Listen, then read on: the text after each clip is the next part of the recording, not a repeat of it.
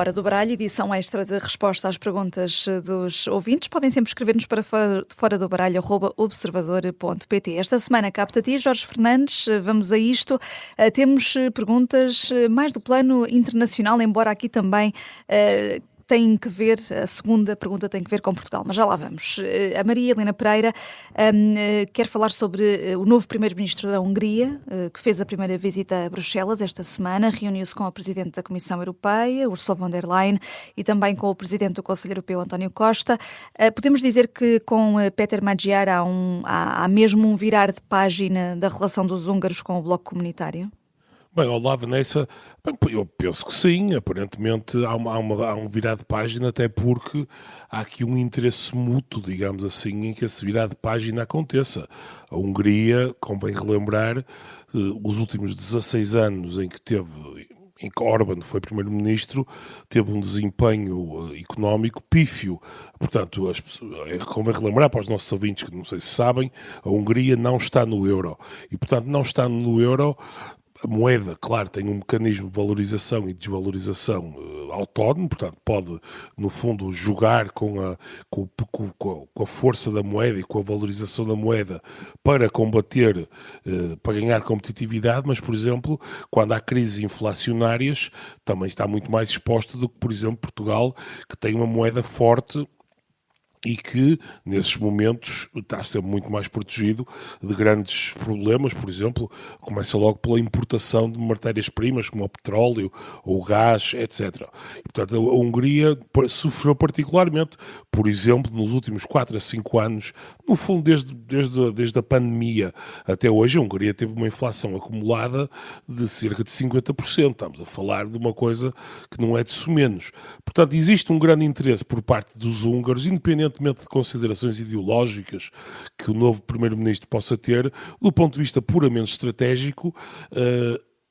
existe um grande interesse por parte dos húngaros de receber o pacote financeiro que a União Europeia tem à espera. Portanto, a União Europeia terá qualquer coisa neste momento como 35 mil milhões de euros a fundo perdido que são destinados à Hungria. E esse dinheiro é absolutamente fundamental para o país e irá certamente ajudar a Hungria economicamente, quanto mais não seja no curto prazo. Portanto, haverá ali um choque económico com a entrada de todo este dinheiro e a economia certamente verá benefícios da entrada desse dinheiro, que é muito dinheiro.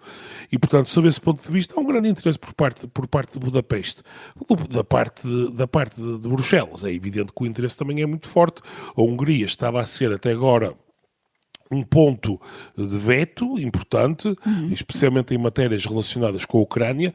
É preciso dizer e ter a noção exata de que o novo primeiro-ministro não é propriamente um grande entusiasta da Ucrânia. Existem problemas históricos entre os dois países, nomeadamente as minorias húngaras que estão espalhadas nos países a leste do país, portanto, na Roménia, na Ucrânia, etc. Existe um conjunto de minorias etnicamente húngaras, digamos assim, que tem que ver, digamos, com as questões históricas no centro da Europa, as divisões que aconteceram depois da Primeira Guerra Mundial, o fim do Império Austro-Húngaro, a Segunda Guerra Mundial, as grandes movimentações de população que se seguiram à Segunda Guerra Mundial. Mas, enfim, portanto, isto é para sublinhar que, mesmo sem Orbán, a Hungria não é propriamente uma grande entusiasta, por exemplo, da entrada da Ucrânia na União Europeia. Mas já houve aqui este desbloqueio do empréstimo de 90 mil milhões de euros. Claro, este é um primeiro passo, dizer, já, não é?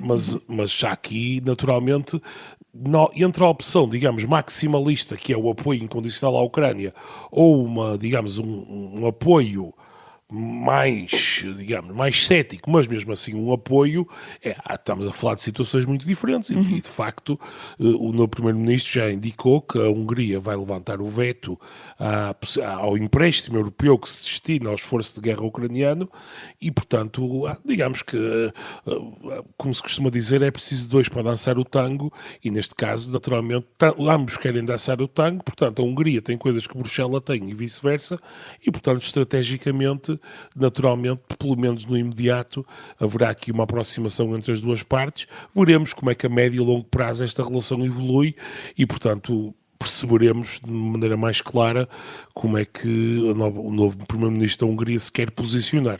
E como é que está a evoluir o mandato de António Costa à frente da presidência do Conselho Europeu? A Patrícia Carvalho dá aqui conta de que está quase a cumprir meio ano de mandato, o antigo primeiro-ministro português. Que avaliação é que fazes do papel e da influência de António Costa? Tens sido crítico do inglês de António Costa. Posso dizer, relativamente ao inglês de António Costa, continuando a ser um inglês muito longe de qualquer qualidade, melhorou imenso. Outro dia ouviu a falar inglês na televisão, a ler certamente, mas as coisas melhoraram imenso. Portanto, significa que ele está no bom caminho e que não há nada como uma bela exposição internacional e sair um bocadinho da paróquia para conseguir, de facto, internacionalizar-se. Dito isto, o mandato de António Costa está a ser um mandato, na minha opinião, sem queixas, isto é, não está a ser extraordinário, mas também não está a ser mau, ele está a cumprir o seu papel, que de resto, aliás, uma das críticas que eu fiz aqui no Fora do Baralho, sempre foi às pessoas e há, digamos, uma certa corrente que existe em Portugal que tinha a ideia de que, duas ideias, na verdade. Que António Costa ia para a Europa e que ia ser um negociador maravilhoso e que ia desbloquear um conjunto de dossiês e que ia ajudar a resolver um conjunto de problemas na Europa. Até porque ele é muito conhecido por essas negociações de bastidores, não é? Que costuma ser bem sucedido. Cá, pelo menos, era. Cá, exato. Era isso que eu ia dizer. É conhecido cá, isso é o que se diz cá. Fora, quer dizer, António Costa tem boa imprensa, não vale a pena negar isso, é uma pessoa que tem boa imprensa a nível internacional, mas a ideia de que ele ia chegar à Europa e ser alguém que ia mudar as dinâmicas europeias, etc., não aconteceu. Portanto, no fundo aconteceu aquilo que era esperado. E ao mesmo tempo, o segundo ponto era a ideia de que António Costa ia realmente ser uma figura marcante na integração europeia. Portanto, nada disso está a acontecer. António Costa está a fazer um mandato. Também ainda não, passaram muitos meses, não é? Mas já dá para fazer esse primeiro balanço. Na verdade, estes mandatos são curtos, são mandatos de 2 anos e meio. Sim. Portanto, na verdade, daqui a uns meses já se estará a falar ou da eventual renovação do mandato ou da eventual substituição. Portanto, são mandatos curtos. O que tiver que acontecer tem que começar a acontecer de forma relativamente rápida.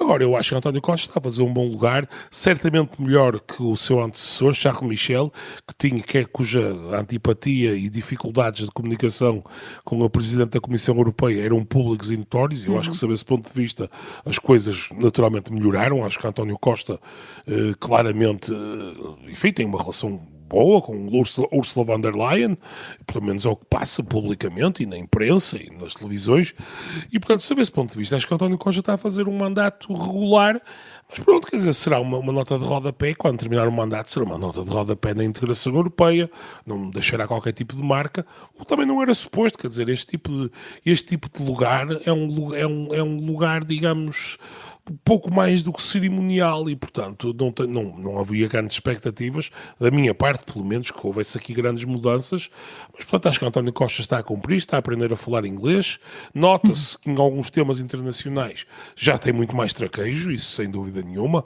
eu vejo regularmente a falar sobre, estou a falar do ponto de vista substantivo, sim. Nota-se claramente que ele que tem um conhecimento e um domínio das matérias muito superior àquilo que era, e portanto, sob esse ponto de vista, está a fazer um bom mandato. E portanto, agora veremos se é renovado ou não, e depois o que acontecerá. E estou certo que António Costa, algumas pessoas em Portugal diziam que isto talvez fosse o fim da carreira dele, isto é, que este mandato seria, no fundo, o culminar da carreira de António Costa. Veremos, talvez em 2031, quando serão as próximas eleições presidenciais, não teremos aqui pela primeira vez uma primária à esquerda em que o incumbente é desafiado. Olha, fica essa carta lançada aqui no Fora do Baralho, quem sabe. Jorge Fernandes, obrigada por teres respondido esta semana às perguntas dos ouvintes. Escreva-nos para foradobaralho@observador.pt com perguntas, com críticas, com curiosidades, o que quiser, ou também por WhatsApp para o 91002-4185, mensagem texto ou mensagem áudio. Esteja à vontade. Eu sou a Vanessa Cruz, bom domingo, boa semana.